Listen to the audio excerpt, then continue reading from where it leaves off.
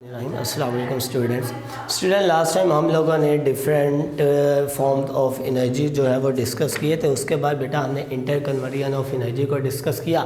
आज बेटा हम लोग different major sources of energy को डिस्कस करेंगे।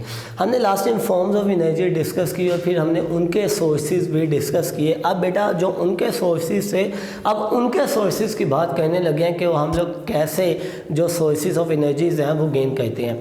बेटा हमारे पास जो एनर्जी की फॉर्म्स हैं, जो सबसे हाईएस्ट बेटा हमारे पास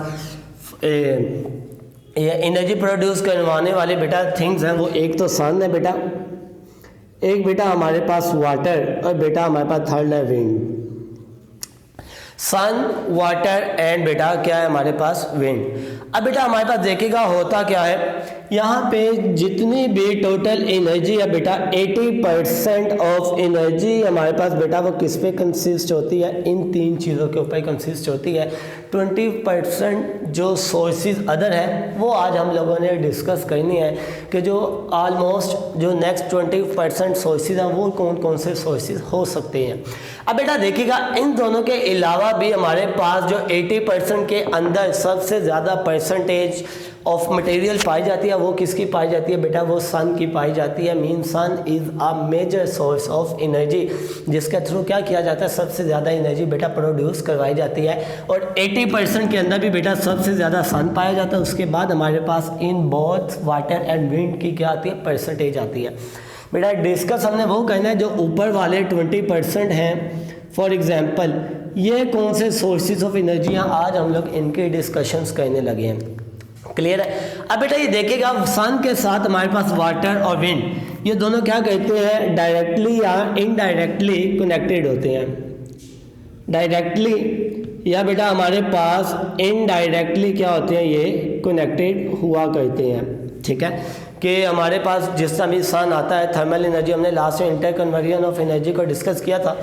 एज इट इज़ हम लोग क्या करेंगे आज बेटा ये जो 20% ऑफ एनर्जीज है इनके डिस्कशंस करेंगे कि ये 20% ऑफ एनर्जी जो है हमारे पास कौन से सोर्सेज से प्रोवाइड करवाई जाती है। तो सबसे पहले बेटा आज हमारे पास जो पहला स्टेप होगा वो फॉसिल फ्यूल्स होगा। तो देखिए फर्स्ट हमारे पास मेजर सोर्स ऑफ एनर्जी है बेटा, वो क्या होगा, फॉसिल फ्यूल्स।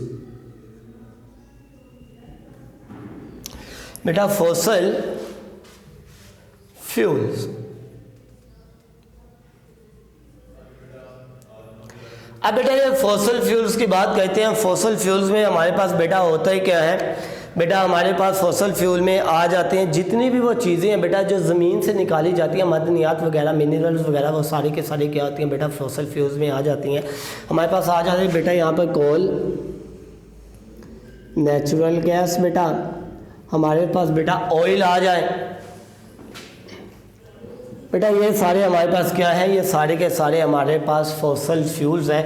और ये फॉसिल फ्यूल बेटा हम लोग कहाँ से गेन करते हैं बेटा, ये सारे के सारे फॉसिल फ्यूल्स हम लोग बेटा अर्थ से गेन करवाए जाते हैं। बेटा जब ये फॉसिल फ्यूल हमारे पास अर्थ से गेन होते हैं तो इनकी वजह से जो एनर्जी प्रोड्यूस हम लोग करते हैं, और ये बेटा ये जो है हमारे पास मेजर सोर्स ऑफ एनर्जी है फ्रॉम द फॉसिल फ्यूल।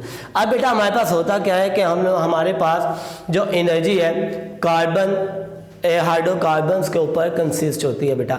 अब वो हाइड्रोकार्बन्स क्या होते हैं बेटा, हमारे पास हाइड्रोकार्बन्स पे जो इनसे मिलकर बनती है बेटा वो देखेगा हाइड्रोकार्बन्स। अब बेटा हाइड्रोकार्बन्स में हमारे पास हाइड्रोजन एग्जिस्ट करेगा बेटा, प्लस हमारे पास क्या एग्जिस्ट करेगा, कार्बन। बेटा कार्बन और हाइड्रोजन हमारे पास क्या कहती है बेटा, एग्जिस्ट करती हैं, तो हम लोग क्या कहते हैं, ये हमारे पास क्या है, कार्बन, हाइड्रोकार्बन्स है। अब बेटा ये वर्किंग क्या होता है, जब हमारे पास इन सोर्सेज से एनर्जी प्रोड्यूस होती है बेटा, वो एनर्जी हम लोग इंडस्ट्रियल लेवल पे यूज़ करते हैं बेटा, वो हम लोग हाउसेज में यूज़ करते हैं, अपने घरों को बेटा गर्म करने के लिए हम लोग क्या कहते हैं, उस एनर्जी का यूज़ करवाया जाता है। इससे बेटा हमारे पास क्या होती है, जो कार्बन डाइऑक्साइड है वो हमारे पास डिफरेंट टाइप्स के रिएक्शन देती है जो कि हमारे पास फॉसिल फ्यूल्स कहलाते हैं। अब देखिएगा हमारे पास बेटा कि इनके केमिकल जो रिएक्शंस हैं, यूजेस हमारे पास, हमने यूजेस इसके स्टडी कर लिए बेटा। यूजेस क्या होंगे हमारे पास, यूजेस हमारे पास इंडस्ट्रीज़ में है, हाउस में इनका यूज़ किया जाता है बेटा, हर वो चीज बर्न के लिए बेटा हम लोग इनका यूज़ करते हैं। तो बेटा ये देखिएगा हमारे पास डिफरेंट सोर्सेज ऑफ हमारे पास जो एनर्जीज हैं उनमें सबसे पहला था फॉसिल फ्यूल। अब बेटा हम लोग इसके केमिकल रिएक्शंस की बात करते हैं। केमिकल रिएक्शंस हमारे पास किस टाइप के होंगे। अब बेटा केमिकल रिएक्शन में जब कार्बन हमारे पास सबसे पहले वाटर के ऑक्सीजन के साथ रिएक्ट करेगा, कार्बन बेटा हमारे पास कार्बन रिएक्ट करेगा किसके साथ, ऑक्सीजन के साथ। कार्बन हमारे पास रिएक्ट करेगा ऑक्सीजन के साथ, तो हमारे पास क्या बनेगा, कार्बन डाइऑक्साइड और प्लस हमारे पास कार्बन डाइऑक्साइड, और हमारे पास साथ में बनेगी हीट एनर्जी जो है बेटा वो क्या होगी, वो रिलीज करवाई जाएगी, प्लस हीट एनर्जी ये बनेगी।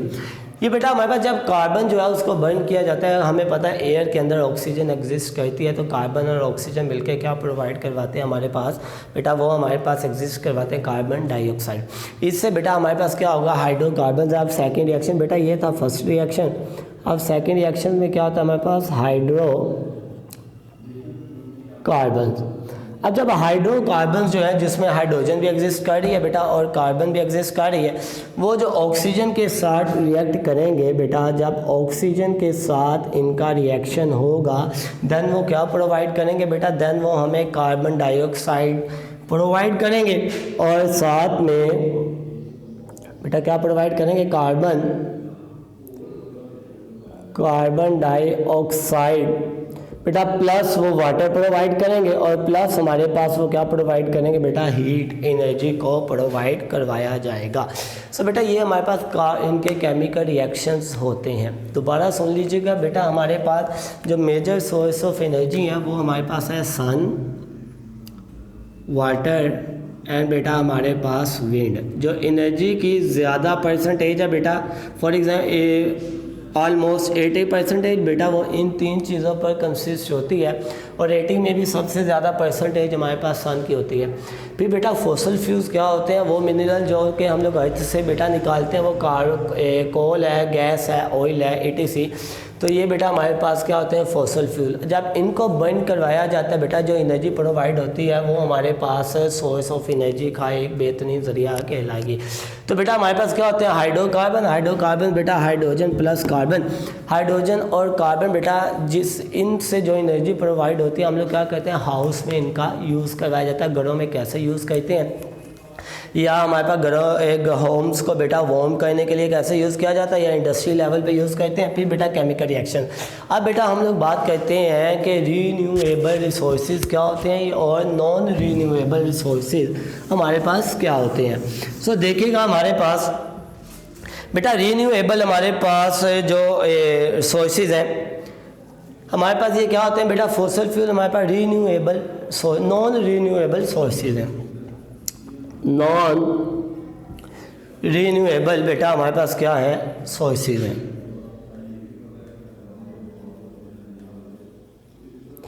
अब ये नॉन रीन्यूएबल सोर्सेज क्या होते हैं बेटा, जो चीज़ एक दफ़ा यूज़ कर ली जाए दोबारा उसे यूज़ नहीं किया जा सकता, वो क्या कहलाते हैं हमारे पास, नॉन रीन्यूएबल सोर्सेज। क्लियर है, मीन्स बेटा जो चीज़ एक दफ़ा हम लोग यूज़ कर लें दोबारा उसको यूज़ नहीं किया जा सकता। अब देखिएगा कोल है, गैस है, जब एक दफ़ा बर्न कर लिया जाता है बेटा, तो जब उसको वो हमारे पास ऐश प्रोवाइड करवा देता है। फॉर एग्जांपल हमारे पास वुड है, लकड़ी है बेटा, जब उसे बर्न किया जाएगा तो क्या होगा, वो ऐश प्रोवाइड करवा देगा। या हमारे पास कोल है जिसे कोयला कहा जाता है बेटा, जब उसे बर्न किया जाएगा वो भी क्या करता है, हमारे पास ऐश प्रोवाइड करवा देता है। तो बेटा दोबारा उस ऐश से हम लोग एनर्जी को यूज़ नहीं किया जा सकता, उस ऐश से एनर्जी जो है दोबारा गेन नहीं की जा सकती। दैट्स वाई हम लोग कहते हैं कि फॉसिल फ्यूल्स क्या हैं, हमारे पास non renewable sources of energies हैं। इसके बाद बेटा हमारे पास आते हैं इसके एडवांटेजेस। इसके फ़ायदे क्या होते हैं हमारे पास, एडवांटेजेस। बेटा ये सारे फाइल हमारे पास लिखे हुए हैं बुक के ऊपर, सब कुछ मेंशन है। तो जस्ट आज हमारे पास इसको अंडरस्टैंडिंग करनी है कंसेप्चुअल वर्क क्या है। बेटा हमारे पास एडवांटेजेस क्या होते हैं। पहला इसका मैंने आपको बताया एडवांटेज ये होता है कि हम लोग इसको इंडस्ट्रीज़ में यूज़ करते हैं। बेटा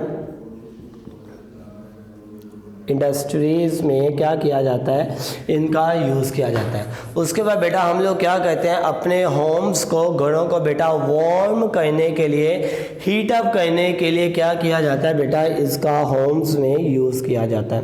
क्लियर है। और बेटा जिस तरह हमारे पास इनका फॉसल फ्यूल्स की बर्निंग का प्रोसेस कंटिन्यूस है, मीन्स के लगातार मूव कर रहा है, चल रहा है बेटा, लेकिन लगातार होने की वजह से क्या हो रहा है, हमारे पास इनकी कमी आ रही है। और यहाँ तक कमी आने की वजह से हमारे पास ऐसे वक्त भी आ सकता है कि हम लोग इसको मज़ीद जो है वो लॉस कर दें, ज़्यादा इनका इस्तेमाल ना कर पाए। मीन्स जब कोई चीज़ ही हमारे पास नई सेविंग में आएगी तो बेटा कैसे उसका यूज़ किया जाएगा। अब बेटा हमारे पास देखिएगा, अब हमारे पास देखिएगा कि हमारे पास इसके क्या होते हैं, हमारे पास इसके डिसएडवांटेजेस क्या होते हैं। और बेटा डिसएडवांटेजेस के अंदर बेटा हमारे पास डिफरेंट टाइप्स की डिसीजेज आ जाती हैं। डिसएडवांटेजेस बेटा हमारे पास डिफरेंट टाइप्स की डिसीजेज आ जाती हैं। तो बेटा सबसे ज़्यादा हमारे पास इसका जो नुकसान है, ये हमारे पास जो इससे प्रोवाइड होती है ना, जो फॉसल फ्यूल से जो गैस बेटा, वो कार्बन मोनोऑक्साइड गैस। बेटा कौन सी गैस प्रोवाइड होती है हमारे पास, कार्बन मोनोऑक्साइड गैस। बेटा ये जो कार्बन मोनोऑक्साइड गैस है, ये हमारे पास सांस लेने में प्रॉब्लम जो है वो क्रिएट करवा रही है। सबसे ज़्यादा बेटा इसका हमारे पास है ब्रीथिंग प्रॉब्लम, ये पोल्यूटेंट करती है हमारे इन्वायरमेंट को। बेटा उसके बाद हेडेक का प्रॉब्लम आता है बेटा हमारे पास। बेटा हेडेक के बाद इसका डिसएडवांटेज है सर दर्द। उसके बाद बेटा हमारे पास क्या आता है, इरिटेटिंग इन आइज़। बेटा आइज़ में, हमारे पास नोज़ में, हमारे थॉट्स में बेटा, ये सारे के सारे क्या है, इसके बेटा डिसएडवांटेजेस है, ये इरिटेट करवाता है। उसके बाद बेटा हमारे पास मेजर है ब्रेन को इफेक्ट करता है। बेटा हमारा जो नर्वस सिस्टम है या बेटा हमारी बॉडी के ऑर्गन्स हैं, उन्हें क्या कहते हैं, ये डैमेजेस करते हैं, नुकसान पहुंचाते हैं। उसके बाद बेटा हमारे पास एस्थमा या कैंसर वगैरह का या हार्ट प्रॉब्लम का बेटा सबसे मेजर पार्ट जो है वो फॉसल फ्यूल की बर्निंग जो है वो प्ले करती है। क्लियर है। सो बेटा आज आप लोगों ने क्या कहना है इसका, आप लोगों ने फॉसल फ्यूल्स का chemical reaction, fossil fuels non renewable की डेफिनेशन क्या होती है हमारे पास बेटा, उसके बाद इसके एडवांटेजेस क्या होंगे और देन हमारे पास इसके डिसएडवांटेजेस क्या होंगे। बेटा ये आप लोगों ने लर्न करना है। अगर इसके बारे में आपका कोई भी क्वेश्चन है तो आप लोग अपने व्हाट्सएप ग्रुप में बेटा डिस्कस करके पूछ सकते हैं। वेलकम बेटा लास्ट में हमने एक्सरसाइज 5.1 का क्वेश्चन नंबर 1 जो है वो परफॉर्म किया था, उसके कुछ पार्ट्स जो हैं वो किए थे, बाकी के पार्ट्स आप लोगों को होमवर्क के लिए एज आ प्रैक्टिस दिए थे। आज बेटा हम लोग क्वेश्चन नंबर 2 क्वेश्चन नंबर 3 की तरफ मूव करते हैं। बेटा सिमिलर हमें यही कहा जाएगा बेटा पूरे चैप्टर्स के अंदर ऑलमोस्ट के फैक्टराइज करें। तो बेटा फैक्टराइज मीन्स फैक्टर्स क्रिएट करवाने हैं, मीन्स वैल्यूज़ को प्रोडक्ट की फॉर्म में हमने क्या करना है बेटा, लेकर आना है। सो बेटा सबसे पहले क्वेश्चन नंबर 2 की बात करते हैं। देखिएगा क्वेश्चन नंबर 2 हमारे पास क्या है, क्वेश्चन नंबर 2 है हमारे पास लिखा हुआ है फैक्टराइज, और पहला पार्ट इसका देख लें बेटा, वो लिखा हुआ है हमारे पास 5ax माइनस 3ay, उसके बाद बेटा माइनस 5bx, उसके बाद हमारे पास प्लस 3by। ये हमारे पास बेटा क्या आ गया, हमारे पास एक पॉलिनोमियल गिवन है। सो बेटा सबसे पहले हमने ये चीज़ देखनी है कि क्या हमारे पास कुछ कॉमन आ रहा है। तो बेटा फर्स्ट 2 टर्म्स से, मैं टर्म्स इसलिए इन्हें कह रहा हूँ क्योंकि इनके दरमियान बेटा क्या आ रहा है, माइनस का साइन आ रहा है। तो बेटा फर्स्ट 2 टर्म्स से क्या कॉमन आ रहा है, a is equal a common, तो बेटा क्या आ जाएगा 5x माइनस 3y। क्लियर है बेटा। उसके बाद बेटा हमारे पास सेकंड टर्म से यहाँ से क्या कॉमन आ रहा है, b, तो बेटा क्या आ जाएगा b 5x और 3y। बेटा यहाँ पर मैंने साइन भी कॉमन लेना। अब देखिएगा बेटा जो यहाँ पर साइन आ रहा है वही वाला साइन हमारे पास नेक्स्ट वाले फैक्टर में आना चाहिए। यहाँ पे माइनस है लेकिन यहाँ पे क्या बेटा हमारे पास प्लस। अगर मैं ये वाला माइनस भी बेटा बाहर कॉमन कैरी कर लूँ तो ये क्या हो जाएगा, ये पॉजिटिव आ जाएगा 5x, तो वो देख लें पॉजिटिव है, और ये पॉजिटिव जब माइनस कॉमन लिया तो ये भी क्या हो जाएगा बेटा नेगेटिव। सो यहाँ से क्या कॉमन आ जाएगा बेटा हमारे पास 5x माइनस 3y इंटू बेटा क्या आ जाएगा a माइनस b। ये देखिएगा बेटा हमारे पास टर्म्स थी तो हमने क्या किया फैक्टर्स में चेंज करवा लिया, तो इसे कहा जाता है फैक्टराइजेशन। तो ये आंसर है। दोबारा सुन लीजिएगा बेटा हमारे पास जो फर्स्ट टू टर्म्स हैं वहाँ से a कॉमन, तो क्या आ जाएगा 5x माइनस 3y। यहाँ से बेटा माइनस b कॉमन आएगा, बिकॉज के माइनस इसलिए कॉमन लिया है क्योंकि हमारे पास ये वाले फैक्टर और इस वाले फैक्टर का बेटा साइन सेम आना चाहिए। b इसलिए कॉमन लिया बिकॉज b बोथ्स के अंदर एग्जिस्ट कर रहा था। सो देखिएगा ये सेम वैल्यूज़ हैं बेटा, अगेन ये कॉमन कैरी कर लिया है और हमारे पास रिमेनिंग क्या आ गया a माइनस b। ये आंसर है बेटा। अब बेटा हम लोग आते हैं इसके अनदर पार्ट की तरफ, तो वो देख लें। कोई एक पार्ट बेटा हम लोग 4 वाला पार्ट इसका परफॉर्म कर लेते हैं, 1 और 4 वाला पार्ट। ये देखिएगा 4 वाला पार्ट है x square minus Y square multiply by z plus Y square minus z square multiply by x. So बेटा यहाँ पर देखिएगा हमारे पास कोई भी चीज़ कॉमन नज़र नहीं आ रही, तो हम लोग क्या करेंगे पहले z को मल्टीप्लाई करवा दें, फिर बेटा यहाँ पर x को मल्टीप्लाई करवा देंगे। सो मल्टीप्लाई करवा दें बेटा क्या आएगा is equal X square z minus Y square z। बेटा ये आ जाएगा प्लस एक्स वाई स्क्वायर, थोड़ा तरतीब के साथ लिख लें बेटा।